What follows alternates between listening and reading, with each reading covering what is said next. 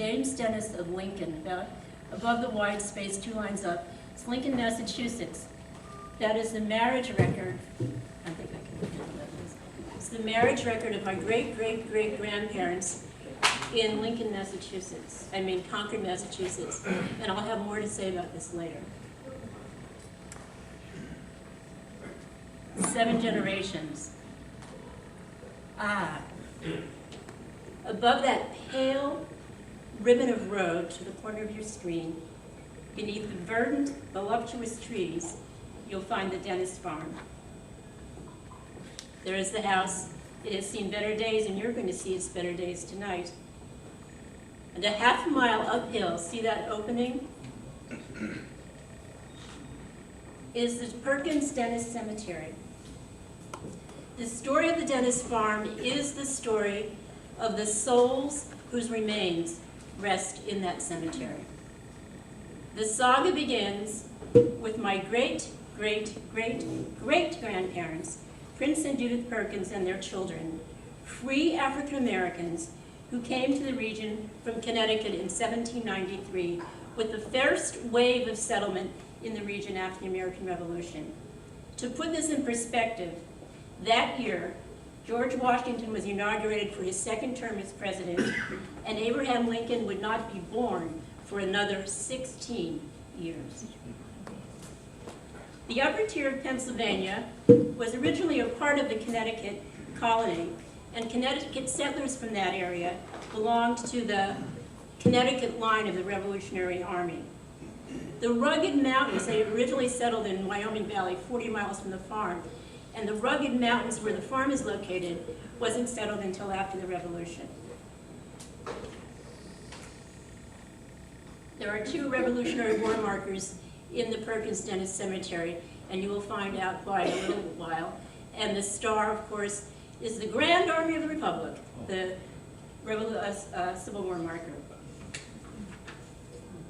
In 1792, a year before they moved, Prince and Judith Perkins, the first generation, Prince was awarded 25 pounds, 6 shillings, and 4 pence lawful money from Connecticut for his service in the Revolution for the town of Norwich. The following year, in 1793, as I said, his name first appears in PAD books for purchasing, for 6 pounds lawful money, a lot of land. Land speculation was the stock market of the day, and Prince in his own way played the market. He turned his land over twice to 70 acres of the site we know today. By 1800, the year Thomas Jefferson was elected, they were the children of Prince and Judith. By 1800, the year Thomas Jefferson was elected, the Perkinses were well established in the community. And we know, anyone who's read the history of Susquehanna County, are the Susquehanna County people here tonight? Will you raise your hands? Whoa! Thank you.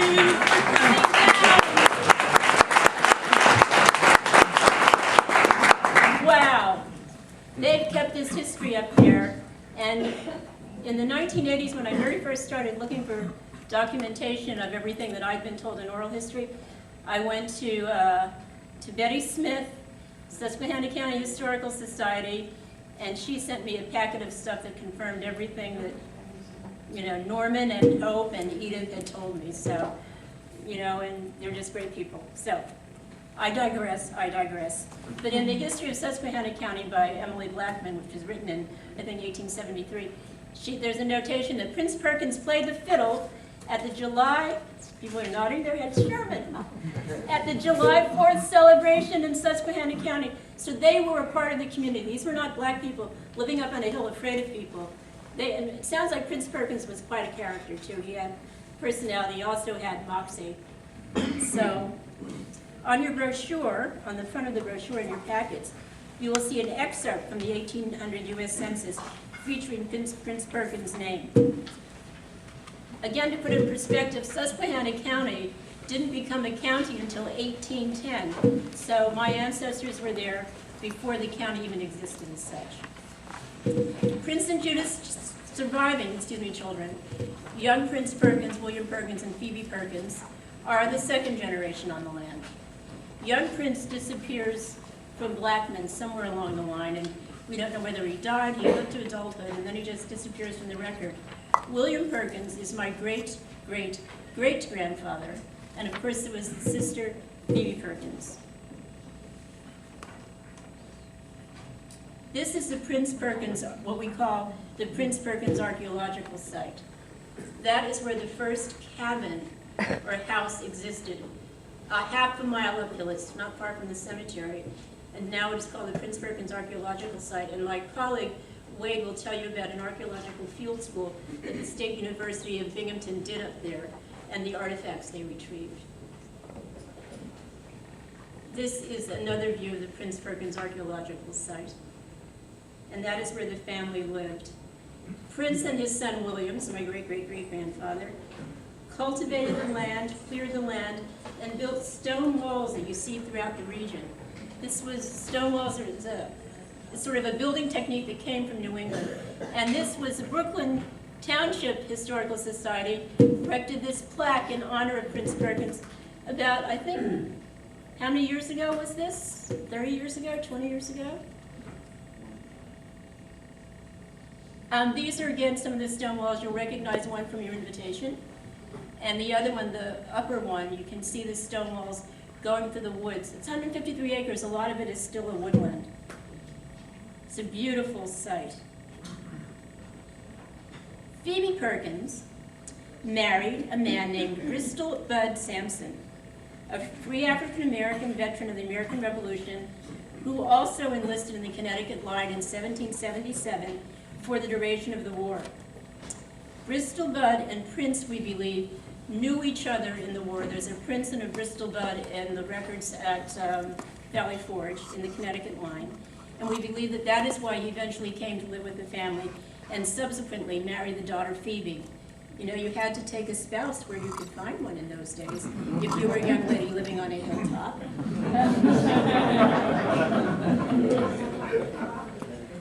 Phoebe did better than I did.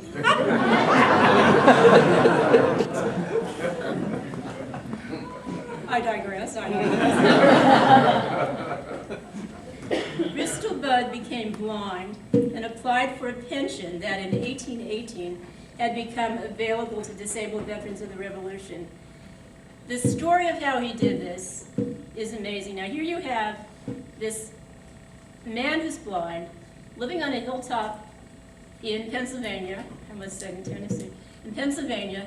He managed to get to Connecticut, go to all of his commanding officers who were themselves aging, get them to sign affidavits, and then they had to have affidavits of people confirming that these commanding officers were who they said they were.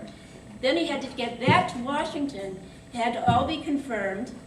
I have his Revolutionary War pension file in my little file in my closet at home. They all did it, and here's the kicker. The Secretary of War was John Calhoun, an avid pro-slavery, segregationist, secessionist, but he was Secretary of War, and as such, he had to sign off on that pension.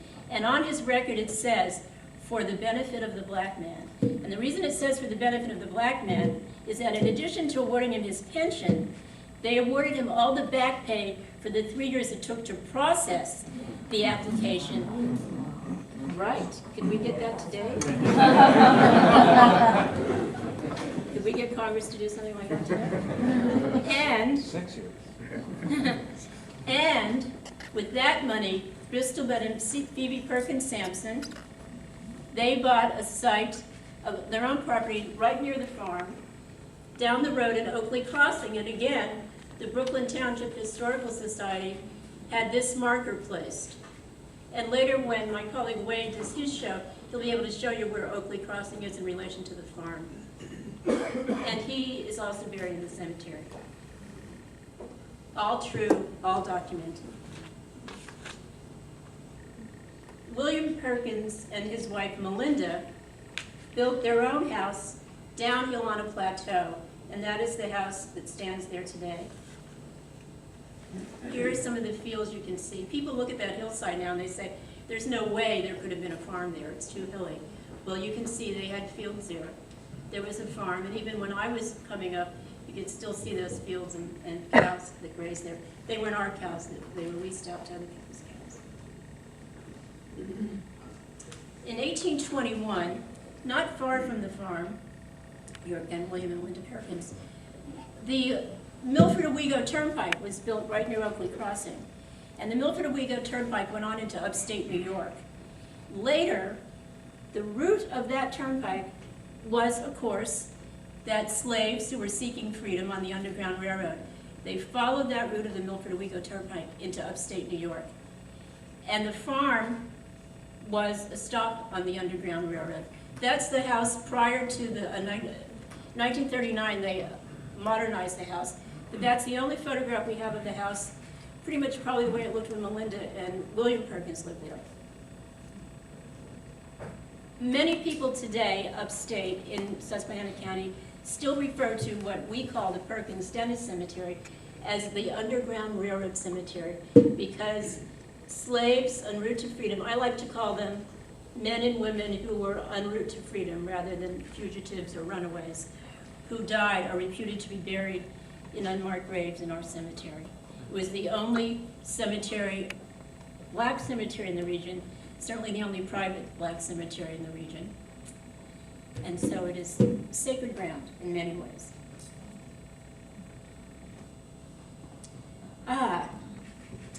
The third generation. William and Melinda had only one child, a daughter named Angeline Perkins, my great-great-grandmother. In 1851, 10 years before the Civil War began, as tensions mounted in the North and the South over the issue of slavery, Angeline Perkins was married on her parents' property, on her home, to a free African-American man whose family had also come to northeastern Pennsylvania from New England, and his name was Henry W. Dennis. Henry's family is fascinating. They are from Massachusetts and then Vermont, and there's our family Bible, and if you see the first date there is James Dennis, Henry's father, my great-great-great-grandfather, born August 14th, 1777. His wife, Hannah Benson Dennis, was born in Concord, Massachusetts, December 30th, 1779, and I have her birth record. And James Dennis of Lincoln. Lincoln would be to Philadelphia what Lincoln is what Ballackinwood is to Philadelphia. It's right across from Concord. In fact, it was originally a part of Concord. James Dennis of Lincoln and Hannah Benson of Concord. I had never been so happy to see the word blacks in my life as when I found that document. Because there could have been lots of James and Hannah Dennises. We're joined in marriage by me and Bile Haywood, Justice of the Peace, July 15, 1804. Bile Haywood was an alumnus of Harvard. We don't mess around. An alumnus of Harvard and a prominent citizen. He was a member of the famous Citizens Circle in Concord. His house is still there, and I sit on a board in Concord now. And it just so happens that our meeting last summer was July 15th, 2012. And at the meeting I said, you know, it's so amazing, but this is actually the 208th anniversary of my great-great-great-grandparents being married here in Concord. So Bob Gross, who wrote the classic The Minutemen in the World, he's also on the board. He said, Denise, the Haywood house is here after the meeting. We'll drive you over. And I stood in front of the house where they were married 208 years before and had my picture taken. And the only reason it's not here is it doesn't flatter me.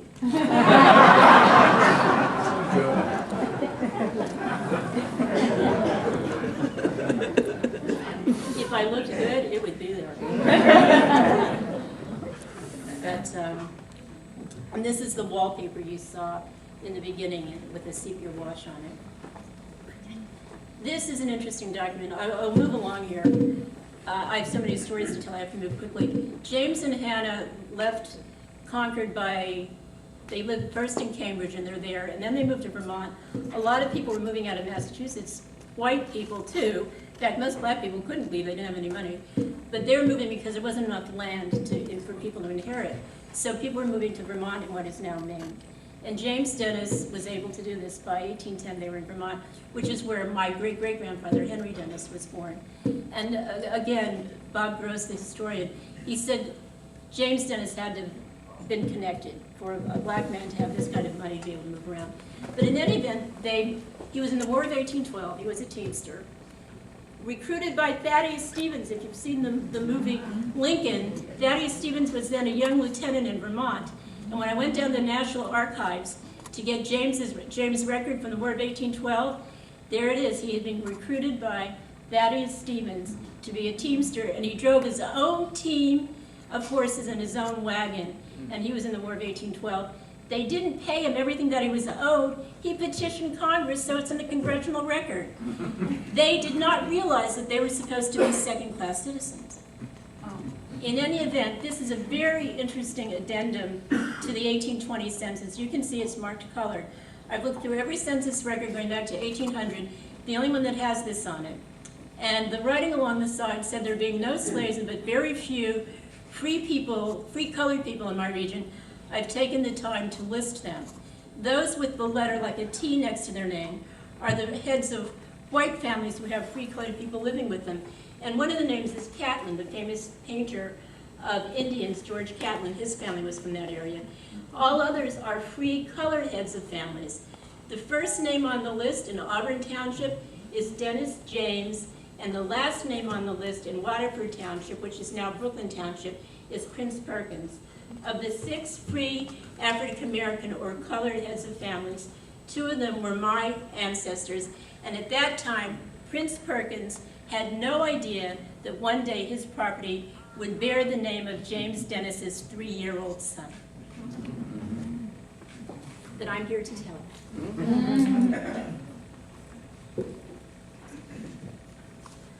I'm ahead of my own script here. Henry and Angeline Dennis, and there we have Henry Dennis, son of James and Hannah, inherited the Perkins property when William died, and that was the day that Henry W. and Angeline Perkins Dennis married, and it was in the local paper. And I have that document too. One of the Montrose papers. They inherited the property when her father died in 1858. Before that, they lived in Dimmock. The Denises lived in Dimmock by that time, and actually their land value was their land was worth even more than the Perkins place. But when her father died, Henry and his father, his mother had died, they sold their property and bought 100 acres adjacent to the Perkins property, and from that time forward, the combined land has been known as the Dennis Farm. Henry Dennis was an avid reader, and we have some of his books. This is one that I find interesting. It's called Memoirs of a Nullifier. Nullification is the issue that led to the Civil War. It's when the states try to nullify the federal law. And what I find interesting about this, a lot of talk about nullification now because it's part of the whole abortion issue, states passing laws. Henry Dennis, and Wade will show you this, do you have the one that has the notation on it? Henry Dennis bought this, it says November 29th, 1840, which was his 25th birthday. And on the other side of where you see this, he wrote, "Read this with care and understand what you read." And then in 1852, he put another notation on there, and it says, "Dear reader, be careful how you meditate on this book." It just thrills me that they were aware of the issues, they knew what was at stake, they weren't sitting up on their mountaintop, they knew they were at risk too, there were fugitive slave laws out there, free black people could be kidnapped, they were watching what was going on, and they were, as much as they could be, engaged. Reading his books has given me a window to his mind and soul. Before I started, I'm writing a book, you're going to have to buy my book. Before I started researching, they were just names to me. Henry and I, we really could have gotten along together, and we're both Sagittarians. Another book. This is a first edition of William Still's Underground Railroad, and this is another one of their books. And this I love. Religion, the Rise and Fall of Religion in the Soul. And what I love about it is the name across the top is Charles H. N. Dennis. That was his older brother. Henry Dennis had 2 brothers and 3 sisters, and Charles is an older brother. He died before the Civil War. And Charles had a son named for Henry. His name was Henry Dennis. And young Henry, named for my great-great-grandfather, served in the Massachusetts 54th. If you've seen the movie Glory, that's the Glory Regiment. He was in the Glory Regiment. That's his casualties sheet from the National Archives. He was killed 2 days before this assault on Fort Wagner. 2 days before the assault on Fort Wagner, they saw their first action, the Massachusetts 54th, at James Island. And they fought back the Confederates. They held the line. And even now, this kind of moves me because I read eyewitness accounts of this. They held the line. I know his company was in Company H. The people, those who were supposed to relieve them never came. They held the line. They fought back the Confederates. And 45 of them were killed. And Henry Dennis was one. And there it is, Henry Dennis, corporal. Posthumously, he was made a sergeant. Company H, 54th Infantry, Massachusetts Volunteers, the Glory Regiment. When you're in the National Archives, you're in a dark room like this, you got a little microfiche machine. You have to, you scroll, you scroll, you scroll, you scroll, and then the document you're looking for comes up, and I cry. And I cry every time I see it. I think of those, they were not just citing, they knew it wasn't just about the Union, they knew what they were fighting for. The 4th generation, Henry, back on the farm, Henry and Angeline had 3 surviving sons, Perkins William Dennis, known as Will, Napoleon Bonaparte Dennis, known as Paul, and Sumner Benjamin Dennis, known as Sumner. The surviving children of Henry and Angeline, and Sumner Benjamin Dennis was the only one to have children, and Sumner Benjamin Dennis is my great-grandfather. He was named for Charles Sumner, who, with Thaddeus Stevens, fought for the abolition of slavery before the Civil War and fought fiercely for equal rights for African Americans after the Civil War. And I don't know whether you've heard, Charles Sumner was beaten in a cane. You think Congress is bad today? You couldn't get out of your chairs in the Congress. He was a senator. And a Southern senator who took umbrage at something he said, beat him with the top of his cane. It really nearly killed him. And but they were called, he and Thaddeus Stevens were called radical Republicans because they fought so for the rights of black people after the Civil War. And a bill was passed in June 1866. Sumner Dennis was born July 1st, 1866. Again, they knew what was going on in the world around them.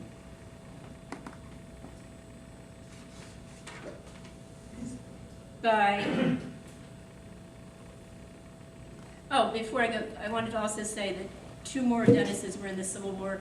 After Henry died, his younger brother Morgan Dennis and his first cousin Charles Shaw, child of Catherine Dennis Shaw, enlisted in the 26th USCT out of Ithaca in the United States Colored Troops 26th Regiment.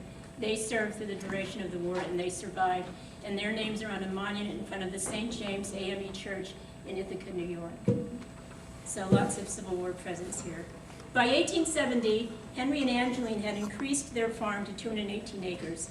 Then, unexpectedly, 3 years later, Angeline lost her life, giving birth to a baby girl, Angeline Melinda, who the baby also did not survive. Henry, tragically, was killed in an accident 9 years later.